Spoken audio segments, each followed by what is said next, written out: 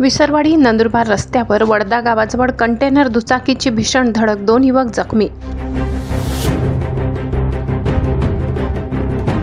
नाणीसधाम रुग्णवाहिकेचे pilot Suresh Vasave यांची तत्परता, जखमींना तात्काळ रुग्णालयात दाखल. विसरवाडी नंदुरबार मुख्य रस्त्यावर वडदा गावाजवळ कंटेनर आणि दुचाकी यांच्यात भीषण धडक होऊन 2 युवक जखमी झाल्याची घटना सोमवारी सायंकाळी सुमारे 6:30 वाजेच्या सुमारास घडली. या अपघातामुळे परिसरात काही काळ तणावाचे वातावरण निर्माण झाले होते.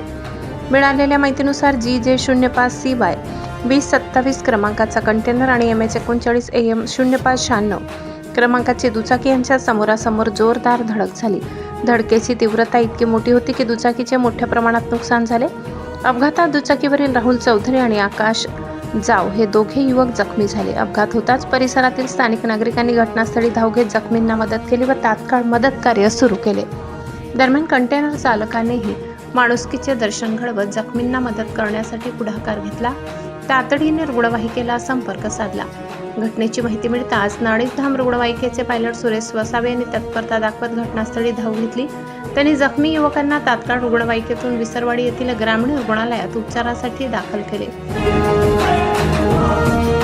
त्यांच्या वेळेवर केलेल्या मदतीमुळे जखमींना लवकर वैद्यकीय उपचार मिळू शकले. दरम्यान अपघाताची माहिती मिळताच पोलिसांनीही घटनास्थळी धाव घेतली असून अपघाताबाबत पुढील तपास सुरू आहे.